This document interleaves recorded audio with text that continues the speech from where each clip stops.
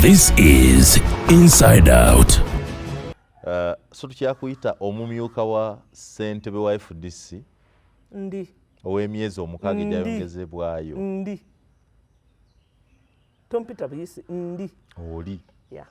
Okay. Salaamu, ng'omukyala abadde emirundi egisinga gye tusinkana naawe lwaki onteeka mu past tense ndi wano okay. Yeah. Oyogera nnyo ku abakyala in leadership, women leadership. Yes. Just this week we observed outbursts of two powerful female politicians. One, for example, against the other. Oluzungu lukubeeredde ki? One. Oh, the outbursts are from one so far. Yeah. What's your say about women leadership? It is unfortunate that one of us, our gender, had to say many uncalled for outbursts about her office, an office that is very critical in governance, in state, and in public. What for? At the end of the day, what was it for? Bali beewozaako ki? Kyebakola kyali kinene. Ekiki?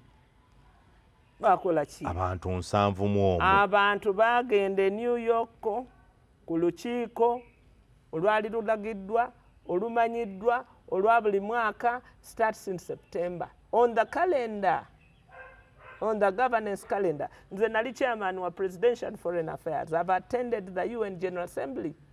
So, kyenjogerako nkimanyi how accreditation is done and how the side meetings are done and how the main plenary is done. Abatanagendayo mulabira ku TV. Kati TV otambula nayo mu ngalo. So, UN General Assembly is on the calendar. Era program ya SDGs bazimalayo batya Sustainable Development Goals. Eyo programu mujimbulira abagala okumanya. Waliwo abatakyayagala kumanya. Mbawulira buwulizi mbu abantu 7 bagenze simanyi biki. Yes, you know, but SDGs is from the UN agenda. So, abagenda bebaani. Vice President okugenda tesituka busituzi wabaawo entegeka eri special. New York is a very expensive city. Very expensive. Damn expensive. It's a beehive of economic activity. It's actually the financial capital. That's why you talk about the New York Stock Exchange, not Washington Stock Exchange. It's the New York Stock Exchange. Yo ya njawulo. Yo is the commercial business hub. Nga bw'ogenda Beijing, n'ogenda ne Shanghai. Shanghai is the economic hub of China. Beijing is the political hub. Okay? Bino mubisome mubitegeeri. Okay? So omuntu agenze New York, United Nations General Assembly, abaali mu layini ya bukulembeze. Era kyova olaba Vice President yagenda, bulijjo President yagenda, temulaba. Ate muyinza okuba nga mulaba TV naye temwalaba President Ruto. Temwalaba n'omukyala President wa Barbados. Made a fantastic speech. Muyinza okuba temwalaba na President wa Malawi. I think for me he stood out as the star. Go and Google his speech at the General Assembly. Malawi. Kakati abaffe tiimu yagenda. Fortunately yagenda tiimu ya bakyala bananga abakyala oye. Oye. Abakyala mwebale. Oye. Bino byonna bye baboogerako lwakuba abasajja bakyalowooza nti tetuliiwo. Abakyala mubeewo. Abakyala oye. Look at me while you say that. Yes. Really? You see, all this criticism. The embarrassment the women have caused us, and you can say women. Which man would make such outbursts? Which embarrassment are you talking about? Twaliza muli. Abakyala kye twebanja kwongeramu kwekuŋŋaanya na kufuga busungu.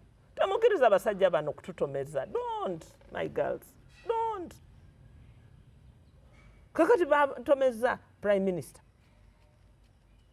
Ate kino, ate kiri, ate mbawa amagezi mulekeraawo okuwa interviews ku masimu. Temugasobola. Tutira omulimu nnyo. Temugasobola. Maama prime minister otuuka n'abantu okujja ewuwo ne batuula kuba gw'oli mu ntebe tebakumanyiira. Interview ne bagikolera awo. Bagikolera abo. Nze nange tosobola kukola interview ku simu nange. It's different work methods. No, go to hell. That's different work methods. Kakati era ky'oba olaba bwe mba nnyumya ne CBS mukwano gwange Nsubuga Alex alina style ye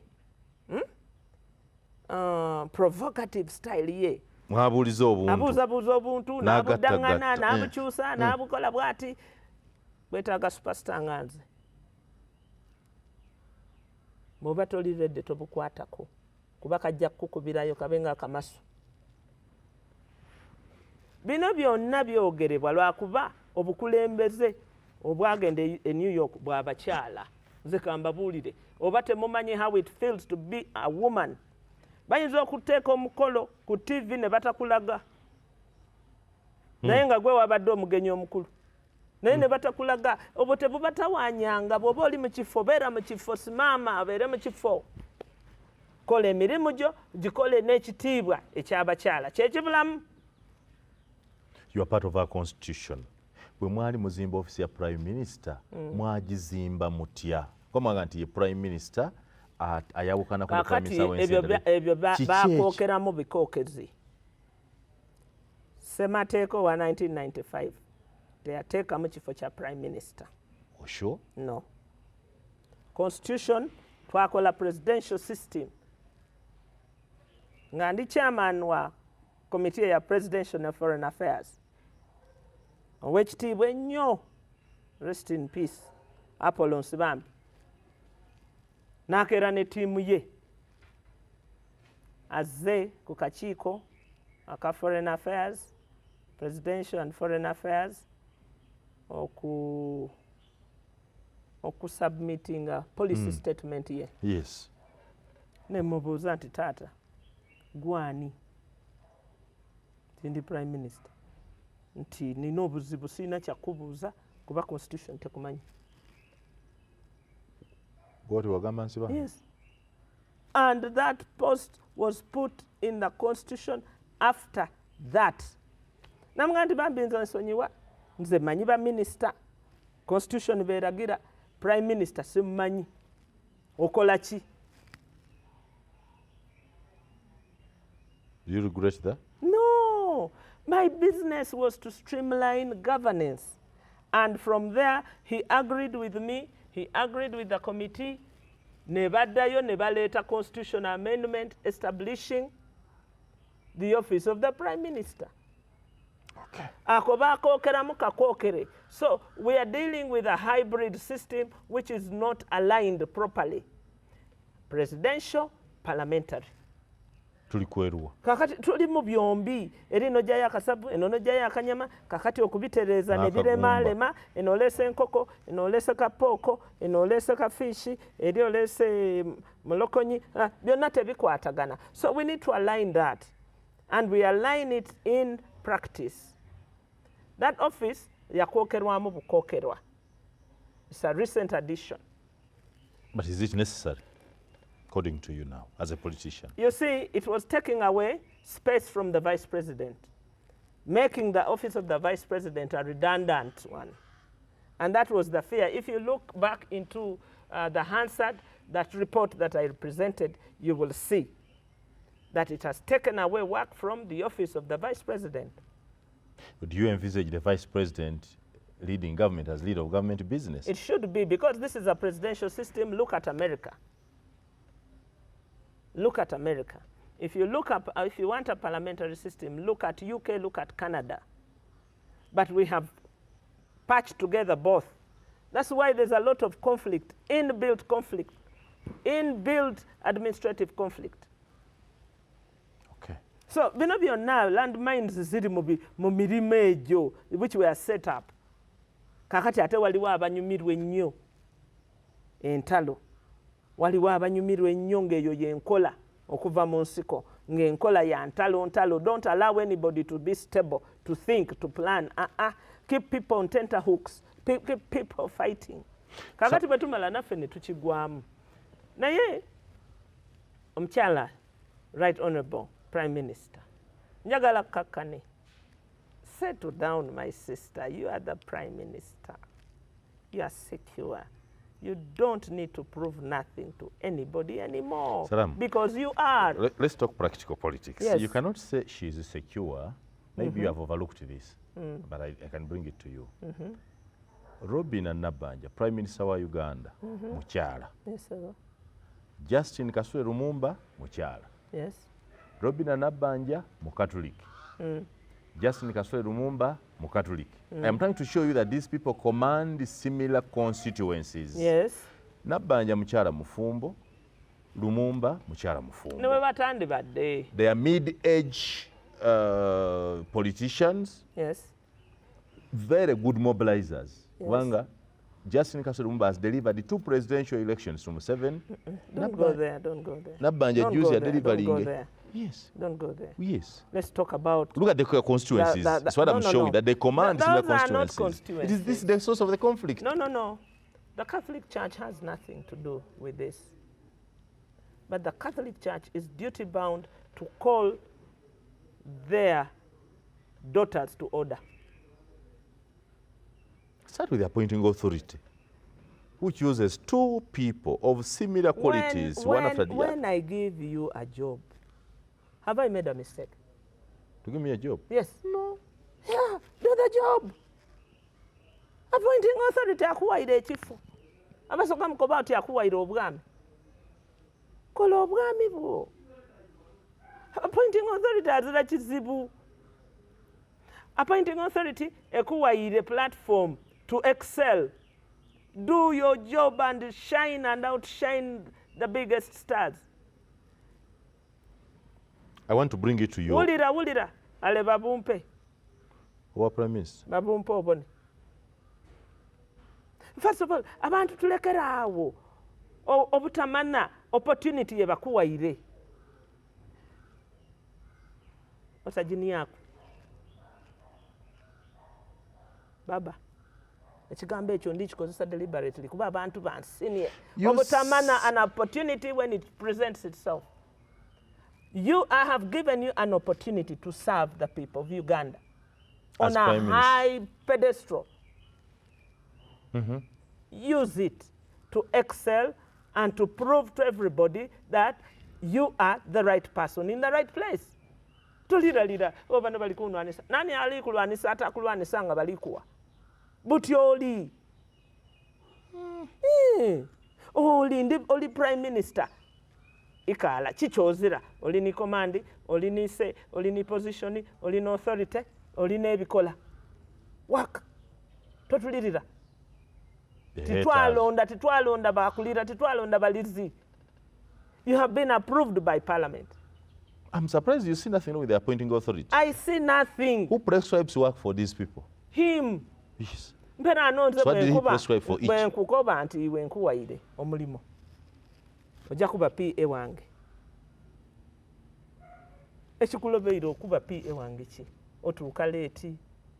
Okola ki? Ayenze nkuwaire. Mperana abantu bwe bakukubamu ebituli ati awo yetakola. Guba bizibu byange. Nze nkuwaire. Anti ompaire aye waira mu biyima kabaga ntezeemu ompaire omulimu wataawo n'owundi nga so se tulikwetega bwetege muwaire wayogera bye tuteekwa okola nzonde se PA bakuwa appointment letter. I'm a political assistant. Eriyo kwaba azira ku instrument of appointment. They have, you think? I know. That they have? They do. I wish you knew. Schedule of duties nekabatawaanya. Mpera ano imwe abakazi abakulu. N'amaino mukano. Ekibalobera okwetegeka muli mukwetega. Oyiri bali mukwetega. Nani asingani? We are just first among equals. If they had instruments, they do have instruments. We would know who is in charge of SDGs. We know. We don't. We know. Iwe tomubonanga taigulawo SDGs ajire Mbarara ajire Gulu timumubona Honorable Justin Lumumba timumubona olazo SDGs ziri New York diri kuno era nabaira ditambuza diri kuno eriyo ni focal person wa UNDP in charge of SDGs. Yes, in Uganda akolagana ni Honorable Justin Kasule Lumumba nze mbakolera kusamwaka SDGs. Yes, mbakolera kusamwaka era bansasula so I know Rendi. Huh? You arrogantly say it. No, you know, I know what I'm good at and I know what I'm bad at. I know because I audit myself every day. So abantu obusungu. You know, by the way, I'm also a person of a high temper. So what went wrong with the SDGs? Because this is the flood I have had. No, nothing went wrong. Muyanga, nabatubona nabatubuliriza. Ndikwenda mubuuze list y'abantu ensanvu.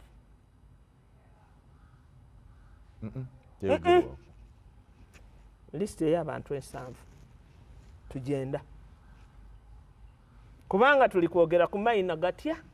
Asatu. Aga mayina asatu gayinza okuba ekizibu kya Uganda. Alupo, Nabbanja, Lumumba. Correct. Lwakuba bakazi kye muva muli kwagana ebizibu.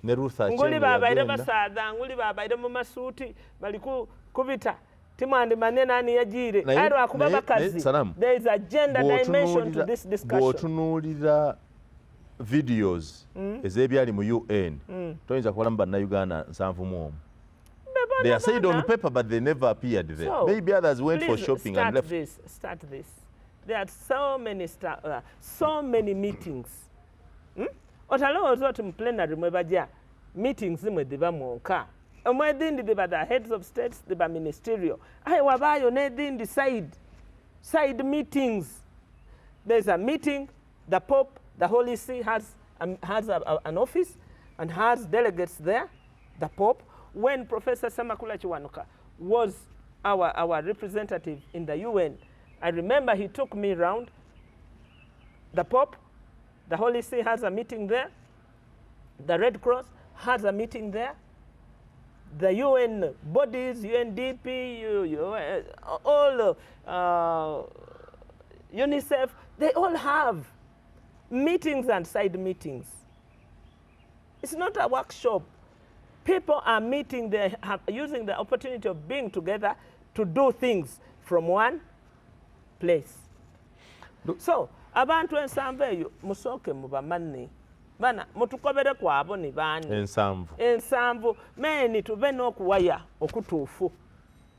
Nti ana nkani yaji. At least the Prime Minister and the Vice President have accounted for 12. Atanu baliga. One says 7. Another says 5. Actually, the office of the Prime Minister says the spokesperson, Odongo Thochal, says the office sent 7 people. The Prime Minister says, I sent 5 people. So there are also 2 there unaccounted for. Yeah. And then Foreign Affairs. Take the office of the minister in charge of, in the office of the Prime Minister. You see. So 59 people remain unaccounted for. Yes. And it's not possible that you don't know them. It's not possible that government doesn't know them. What effectively has come out that 59 people equal to 1 Lumumba equals 59 people.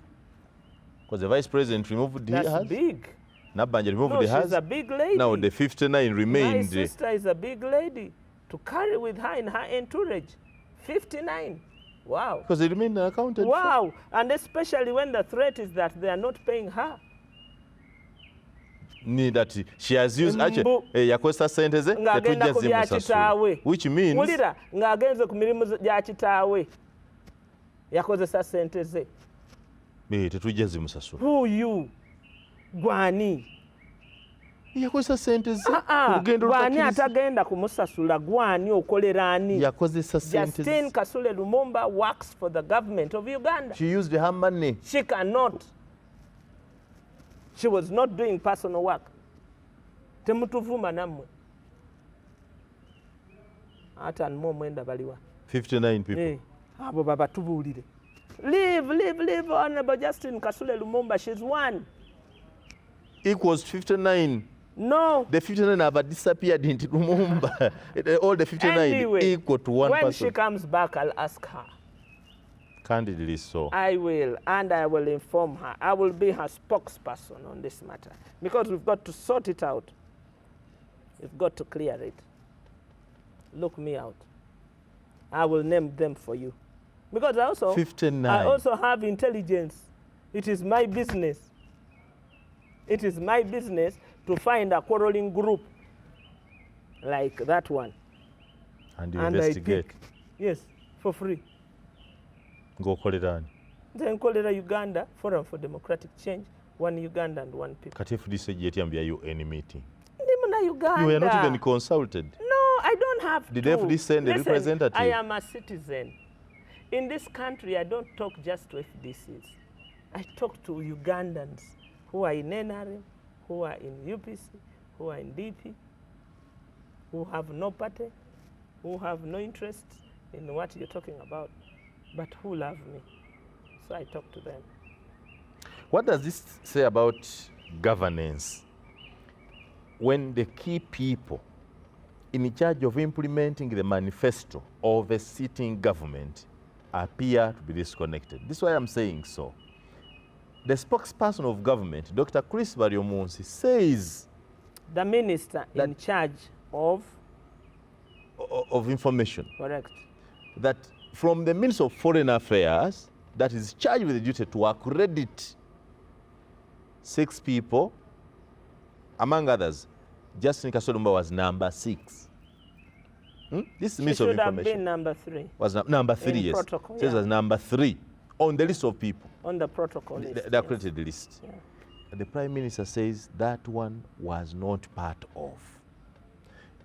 Now, who should the common citizen listen to? Not even that. They should first of all listen to themselves. They are looking very ugly. They should listen to themselves. They have done a disservice to us and to themselves. Because even the way a Prime Minister communicates is different from an activist. It should be. It should be. That's why my first recommendation is don't give phone interviews. You're very big. You should create time and space for monthly interviews. Under normal circumstances, the spokesperson of that office would organize such interviews. Yes. And so I would recommend that henceforth, let it be Office of the Prime Minister with, by the way, the office has a camera, a media team. That media team should do its work. Sack some of them. But that procedure... Sack some of them because they have been unfair to you. To let you speak to the public on phone in an interview. Method. No. The Salaamu Musumba I have is different. Stop it. It damages the brand of Uganda. Mwebyoluzungu bye procedure things. Sebitukoledde banaga nti babyagala. Bagala Prime Minister atomera. Temuli mukwekuba kati mwatomedde mwekuba. It doesn't help you. That's why government is a formal institution. It works in particular ways. Bino bye mwongeramu emipiira jijja bakuba ekigwo mugwemu nga nembwa tekulya ng'oweddemu naye kubunyako. Be careful. Government is government. Government of Uganda, government of Kenya, government of Sudan, government of America, they all operate in a formal, systematic way. Follow that. Salam, when you want to be an activist, don't use activism in a formal organization. Don't. Singa President yakusaba. Vigilantism in a government institution. No, you can't. Government works in a particular formal way. Full stop. Singa President yakusaba nti ku lw'obulungi bwa Uganda akuwa prime minister as lead of government, not NRM, lead of government business, not NRM government, lead of government business, would you take the opportunity to help him organize that office? Given the competencies from what you're saying, would you? This is the procedure he needs to follow. 1, request for me formally from my party, which is easy. Request to your party. Kode bwe muba mu mipiira gino nga bali season ey'okugula transfer. Eya transfer. Mu transfer season. Create a transfer season. Ompatane. Okoba FDC oti omuzaani oyo mumumpeeku. Tame. Nenda nkolere kino ni kino ni kino. Oyo striker. Oba football bakikola. Nacho ningirira bubi oti. Oliko ningirira kirogo. Olikwenda bambise mukama oli ati wuyo agire njo kutuuka ti mwena munkubye bityomi. I can't be effective. If you want me, I request for me. To request FDC to allow the party loan him Salaamu Musumba. Correct. That work would as the be prime minister. Very good. FDC would be so happy. In this circumstance, you'll be accountable to who? I would be accountable to the party president. Not the appointing authority. As the prime minister, you'll be accountable. No. Yes. I would be accountable to the president. Because the oath you take is to the president to do that work. Okay. Yeah. And I must teach you governance as well. On the inside out, the Proscovia Salaamu Musumba bwatyo bwamaliriza ku nsonga zaffe bbiri, ensonga y'abakyala abali mu byobufuzi. Abakandaga nti abakazi babanga kabugo kakadde tebaggwamu nnyo tebaggwamu nsi tebaggwamu obuntuntu obwo tebubaggwamu. Leka nkobere. Tetuggwamu. Nekyoganya okutegeera Salaamu nti kati FDC neddira Doreen Nyanjura n'abeera party president to supervise Salaamu Musumba. Would you work under Nyanjura? I would. Really? Because I'm telling you, I work under Anna Adeke. And I will tell you, Anna Adeke is a fantastic girl. Neat, professional. Anna Adeke is me, the younger. Anna without Adeke. The temperament. Fantastic. When she chairs a meeting, I just love it. Anna Adeke. Anna Adeke. This simple girl. Woohoo. Take it from me. By the way, I'm very mean with giving accolades. Yeah, well, I'm surprised. For that the first time, one is fantastic. I'm surprised. She's Anna fantastic. Adeke. Anna Adeke. I know good things when I see them. And when you have my endorsement, I'm telling you, you're if good. Anna Adeke became party president, you would still work under her in FDC? Even when I'm 80, I would happily do so. Because I believe when a good person is good, they are good. You can't take it away from them. How does it feel like and working? It's a choice to be good. By the way, it's a choice you take to be good. Because there are so many other temptations, other things that can take you. But to be good is a choice you make every morning when you leave home. Kifaanagana kitya okukola wansi w'omuntu akusinga? Nganze muyanga n'emyaka 25 of experience in journalism. Akalenzi nkya ne kava Makerere kakafuluma ne degree yake tekagenda mu field. Bakanga nti ono kati ye mukamaawo. Nenzikiriza okukola naye. Do you think that boy will be comfortable? If they are equal to that description, bw'abanga atuukira is equal to the description and to the status. It's not age. Obona abasaadde abakulu abakola ebintu eby'ekito weebuuza oti ono yabaaki. Ayingaluwe abaana abakulu. I'll tell you about my 4 children. My 4 children, boys, their youngest brother, Sam, is more mature than them, and I can explain why. Because he was born 10 years late from the acting last born. And he grew up under politics. when it was hot. So he grew up faster than the rest. The others were happy having their mother around the house. This one grew up under a different environment. And so he thinks differently, he acts differently. Enkwera yanko but mami, I became an adult at 13. Wow, that shocked me, said I became an adult. Because I had to do many things, I was under attack, I was in danger. I had to grow up. He had to live in a different situation, a very danger. So, oyinza okuba n'omukulembeze nga bakubaire omukulembeze aye nga ali ku living beyond their age. So it's not about the age, it's about the character. It's about, in the Catholic Church, there's a lot of character formation. Character formation is the software of leadership. Who are you? The inside of you, who are you? Oli mu birungo ki? But let's, Salam, waliwo ekintu ekiri consistent mu office ya prime minister, one prime minister after another, temuggwamu ndooliito, temuggwa miroboli, obutabubbi bwa ssente, ekizibu kiri ki? Toyinza kubeera na permanent secretary omu to serve 10 ministers. That could be the problem? Yes, it's a big administrative problem. Oh, the whole office of the Prime Minister. The whole office of the Prime Minister is served by one PS. With all those dockets? Yes, you have relief, you have Prime Minister, you have general duties, first deputy, you second have deputy, all those. third deputy. You see, it's like a big funnel emptying into a small channel. It's an administrative constraint to track, to monitor, to service. I think the late Keith Muhakanis had advised, according to us in Nachobe, that the office be restructured.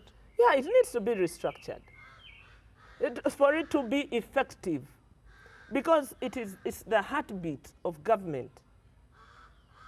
It's the heartbeat. I would be glad to be part of the restructure, people to restructure, not because you know Nyamlimo, but because I have had contact with it through a long time, through Parliament, through being chair, Kamali, through relief, through all those things.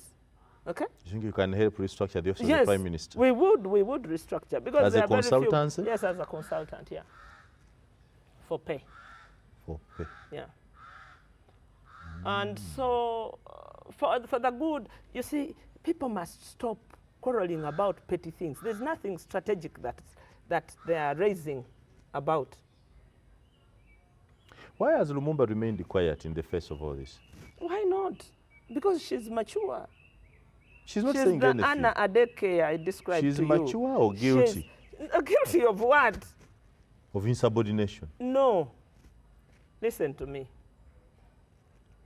Insubordination has a track path, a pathway of how it's handled. Yes. It's not in public. Insubordination. In public domain. Your boss says, don't go, you go. Okay, you write a letter to your boss keeps quiet. You assume she has accepted. And what does, in law, what does it presuppose? That's what I was going to ask. What? Silence is consent. Yeah. Why wouldn't you answer? Answer if you are man enough. If you are woman enough, answer and say, no, don't go, I'm going. Yes. Yeah. My biggest asset is decision making. I take decisions. If it's a bad one, I'll reverse it, but I'll take it. I can confirm. You can confirm. That you take decisions. I take decisions. You have lost elections several times. And I don't care. Decide. We tell don't go, you decide and I say, said I'm gone. This is what I asked you. I can remind you. Yes. Salaamu Musumba, you are going to contest against Rebecca Kadaga. Yes. Suddenly you lose. Because the state is going to deploy all its machinery on you and you will lose. You said, even when I lose, I will have led the cause. Yes. Kanje mbatase, kanje mbakumeko. And I did. And you went. And I did. And I did. It was unheard of that you choose to go and... Because there was a mission. And the mission was, if we do not present a candidate in that area, we will have an unopposed candidate. and that unopposed candidate is going to wreak havoc on in the entire region. And you chose to go? I did. Decision making. Yeah, decision making is the biggest problem for the NRM government. They never decide. And decisions must be taken on time, and they must be strategic. Why would a prime minister refuse to write a letter of no objection or of objection? Why? Why leave things in the gray area? That too is a problem. The suspicion that these are games of the appointing authority, that the appointing authority enjoys. No, I'll defend the appointing authority. I shall defend the appointing authority, because you go lobbying to him. You as a region want big places. You go lobbying to him as individuals. You go lobbying to him as interest groups, as civic society groups, because you want a voice on the table. We go as Catholics, we want a Catholic voice on the table.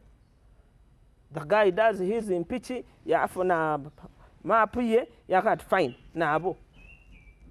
Era mwakola embaga. Tufunie. Mpera ano mufunie ki. Gwe muleese alobye okola omulimo. Oba agukola bitundu. How do you blame him? Nze mubuleminga bifo byataidwiza. I am surprised that you can defend Mr. Museveni on this, because those who know him say he is a master of such. No. He allows people to hit each other, and then he becomes the last arbiter. Who has he assigned? Ntivumole. Yagukuwali. Gwokuvuma bbe. Meye mpera ano bwowunda n'okanamuka. Why blame him? Nze munankuwaire ekifo. That's how you look at things. Yes. Because when I become president, that's what I'll do. I'll appoint you, Muyanga, and I will want an output from you. The difference will be with me is that I'll sack you. Eh? Yes, I'll sack you if you do Nankanabin. I will. I'll sack you. And you should always know that I will sack you if you do not meet the requirements of the job. Would you be a good president? Oh, lovely. Lovely president. You're missing me. The inside out. The Proscovia, Salaamu Musumba, Salaamu Musumba would be a better president. He says, lovely president. No, you're missing a lovely president. Yes. I pray for life so I may live to see the Salaamu Musumba presidency. Wow. You never know. One time it comes. Good morning.